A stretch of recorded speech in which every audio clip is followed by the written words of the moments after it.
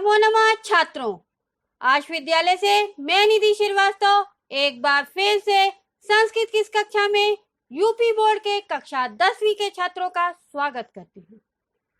छात्रों, पूर्व की कक्षा में हमने आपको विद्यार्थियों की दैनिक क्रियाकलाप के विषय में चर्चा की थी और हमने आपको बताया था छात्रों कि विद्यार्थियों को किस प्रकार का जीवन यापन करना चाहिए। उन्हें ब्रह्म मुहूर्त में उठना चाहिए और ब्रह्म मुहूर्त में उठने के बाद ध्यान मनन चिंतन करते हुए तत्वों के बारे में, वेद तत्वार्थ के बारे में चिंतन करना चाहिए।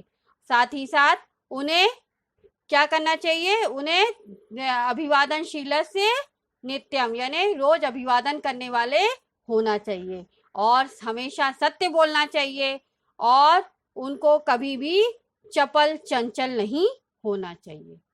तो छात्रों, यह जो अध्याय है ये विद्यार्थी चर्या, ये मनुस्मृति से आपके अध्याय में उद्धृत किया गया है, यानी मनुस्मृति से संकलित किया गया यह पाठ ऋषि मुनि मनु के द्वारा लिखा गया है और इसमें विद्यार्थियों को किस प्रकार का जीवन यापन करना चाहिए उसके विषय में बताया गया है।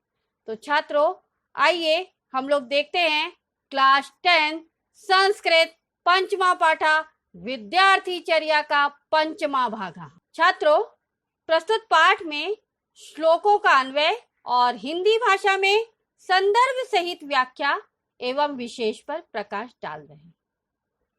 तो आइए देखते हैं छात्रों श्लोक नंबर 9, ध्यान से सुनिएगा। सर्वम परवशम दुखम सर्वमात्म वशम सुखम एतद्विद्यात् समासेन लक्षणम सुख दुखियो। क्या कह रहे हैं कि सर्वम परवशम दुखम सर्वमात्म वशम सुखम एतद्विद्यात् समासेन लक्षणम सुख दुखियो। तो छात्रों, आपको पता ही है कि श्लोक का सरलाद करने के लिए हमको क्या करना होता है, अन्वय करना होता है और अन्वय करने के लिए कुछ फॉर्मूला होता है, उसको ध्यान में हमेशा रखना है कि कर्ता कर्म क्रिया और इनके विशेषण को उनकी अन्य विभक्तियों के साथ एक पंक्ति में नियोजन करना ही छात्रों अन्वय है। तो आइए इस फॉर्मूले के अनुसार हम लोग अन्वय करते हैं श्लोक का। परवशम सर्वम दुखम अस्ति आत्मवशम सर्वम सुखम अस्ति एतत् समासेन सुख दुखियो लक्षणम विद्यात्। ठीक है छात्रों, नाउ आपको हर श्लोक में संदर्भ लिखना होता है, तो यहाँ पर भी संदर्भ है कि प्रस्तुत श्लोक मनुस्मृति नामक सुप्रसिद्ध ग्रंथ से संग्रहित होकर हमारी पाठ्य पुस्तक संस्कृत साहित्य के पद्यभूषण के पंचमा पाठा विद्यार्थी चर्या से लिया गया है। इस अवतरण में कवि सुख और दुख के लक्षणों के विषय में बतला रहा है। तो नौ व्याख्या देखते हैं छात्रों हम लोग। हमको हमेशा व्याख्या अन्वय के माध्यम से ही करनी होती है प्रत्येक श्लोकों की।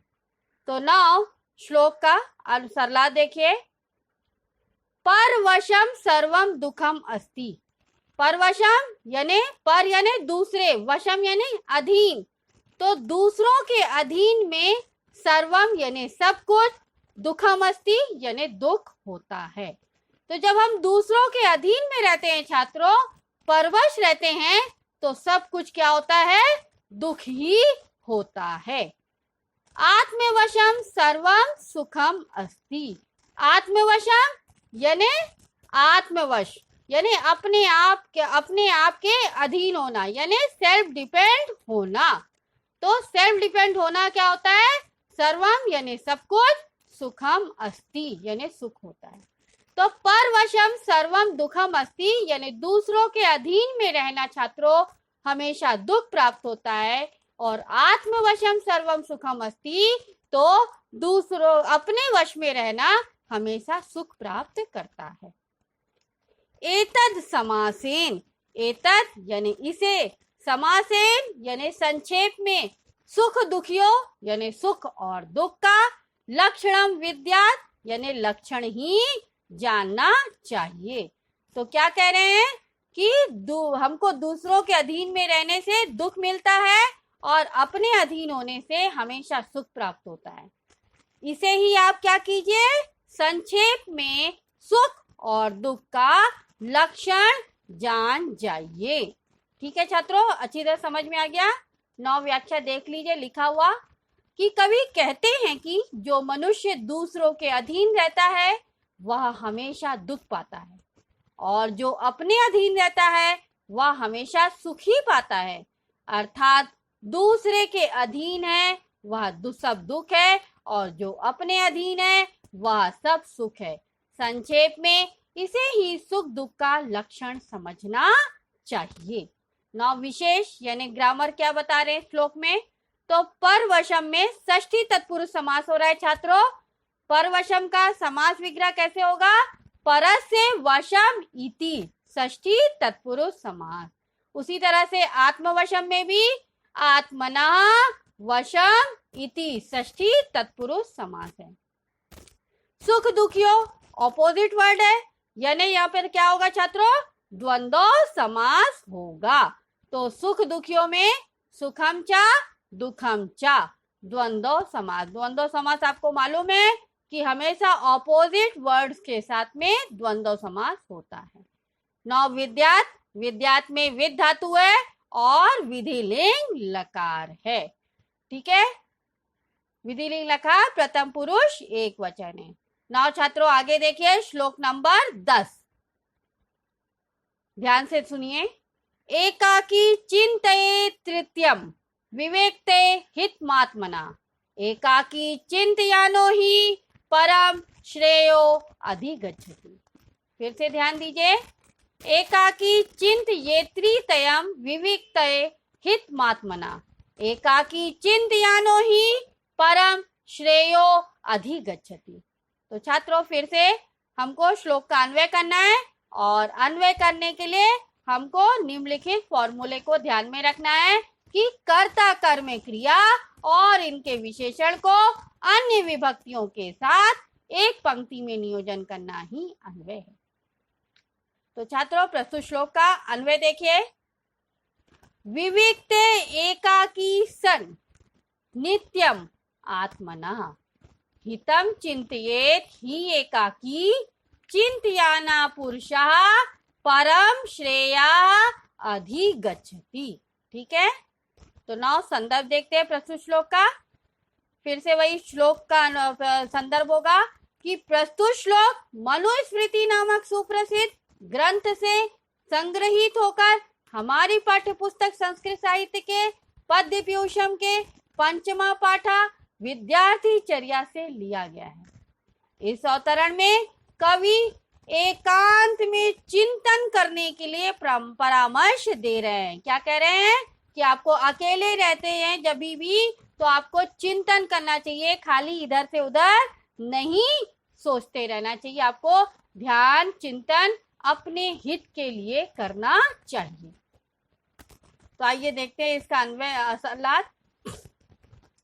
विविक्ते एकाकी, विविक्ते एकाकी यानी एक, विविक्ते यानी एकांत में, एकाकी यानी अकेले, सन यानी होते हुए, नित्यम यानी रोज या हमेशा, आत्मना यानी खुद के, हितम यानी कल्याण के लिए, चिंतित यानी चिंता करनी चाहिए।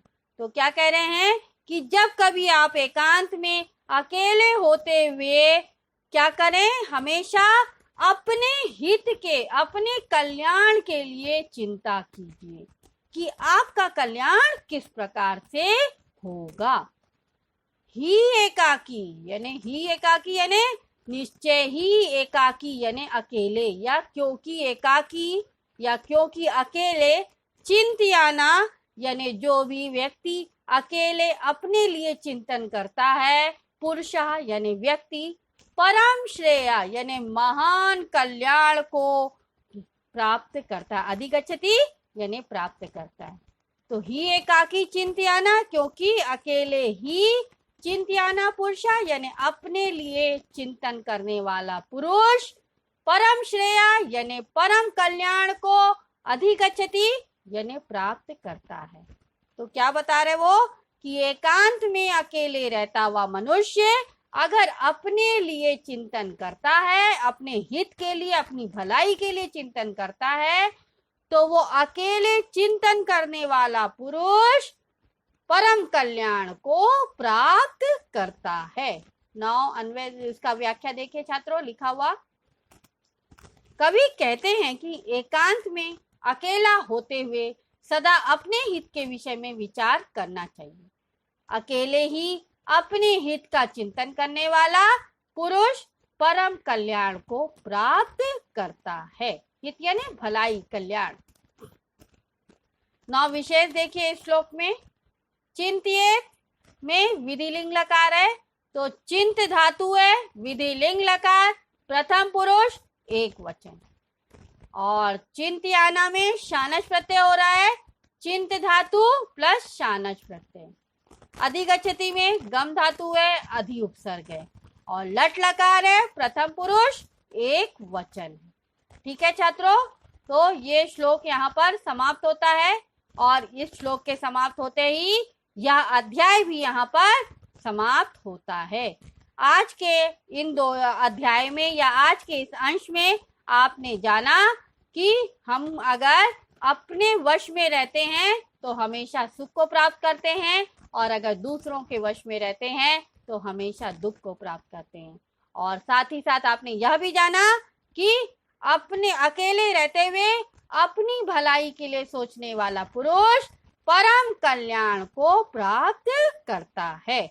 और जो व्यक्ति अपने लिए चिंतन करता अकेले बैठ के, वही मनुष्य परम कल्याण को प्राप्त करता है। तो छात्रों, इसी के साथ यह अंश यहाँ पर समाप्त होता है और इस अंश के साथ साथ यह अध्याय भी यहाँ पर समाप्त होता है। आज के इस अंश में या इस पूरे अध्याय में आपको कोई भी डाउट है तो आप आश विद्यालय के ऐप को लाइक करके क्वेरी में जाकर अपना डाउट पूछ सकते हैं। मैं आपका जवाब जल्द से जल्द दूंगी। तब तक के लिए धन्यवाद छात्रों। नमो नमः।